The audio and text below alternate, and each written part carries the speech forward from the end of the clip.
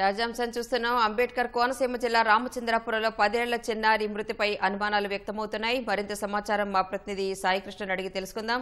సాయికృష్ణ, బాలిక ఎలా మృతి చెందింది, పోలీసులు ఏమంటున్నారు? రాణి, నిన్న సాయంత్రం పాఠశాలలో నుంచి ఇంటికి వచ్చిన బాలిక ఇంట్లో ఫ్యాన్కి ఉరేసుకొని ఉండటం మాత్రం తీవ్ర కలకలం రేపింది. దీనిపై తీవ్ర స్థాయిలో అనుమానాలు వ్యక్తమయ్యాయి. తల్లి ప్రభుత్వ ఆసుపత్రిలో సేవలు అందిస్తోంది. తండ్రి ముంబైలో ఉంటారు. వీరికి 2 కుమారులు, ఈ దంపతుల కుమార్తెలు.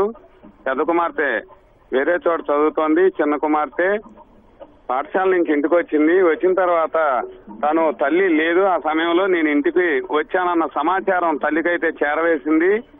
ఆ తర్వాత ఆమె వేరే కాకినాడ నుంచి వచ్చేసరికి ఇలా ఫ్యాన్కి ఉరేసుకునడంపై తీవ్ర కలకలం రేపింది. దీనిపై తల్లి బోరును విలపిస్తూ ఈ పోలీసులకు సమాచారం అందించారు స్థానికులు. పోలీసులు వచ్చారు.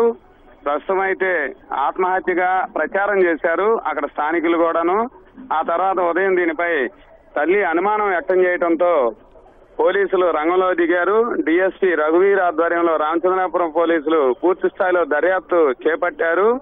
వీరు ఉంటున్న ఇంటి యజమాని కుమారుడికి గతంలోనూ నేర చరిత్ర ఉండటం, అతనిపై అనుమానం తల్లి వ్యక్తం చేయడంతో అతన్ని ప్రస్తుతం అయితే పోలీసులు అదుపు తీసుకొని విచారిస్తున్నారు. స్థానికులను కూడా ఆరాధించారు.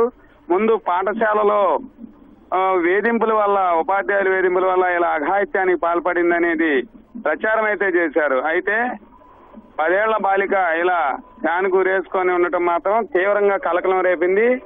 ఆత్మహత్య ఎలా చేసుకుంటున్నా అన్న ప్రశ్నలు కూడా ఉద్భవించాయి. ఈ క్రమంలో పోలీసులు పూర్తి స్థాయిలో దర్యాప్తు చేశారు. నేర చరిత్ర ఉన్న ఇంటి యజమాని కుమారుని జాకీర్ హుస్సేన్ అదుపులో తీసుకున్నారు. కొద్దిసేపటి క్రితమే విచారణ అయితే చేస్తున్నారు. స్థానికంగానూ కూడా విభిన్న కోణాల్లోనూ పోలీసులు పూర్తి స్థాయిలో దర్యాప్తు చేస్తున్నారు. ప్రస్తుతం రామచంద్రాపురం ఏరియా ఆసుపత్రి వద్దకు మృతదేహం తరలించారు. అక్కడ పోస్ట్ మార్టం నిర్వహిస్తున్నారు.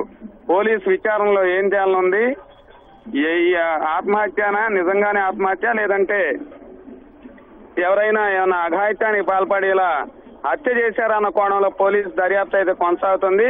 నిజాలు అయితే పోలీసులు నిగ్గుదేర్చాలి, వాస్తవాలు వెల్లడించాల్సిన అవసరం ఉంది. రాణి, ధన్యవాదాలు సాయికృష్ణ.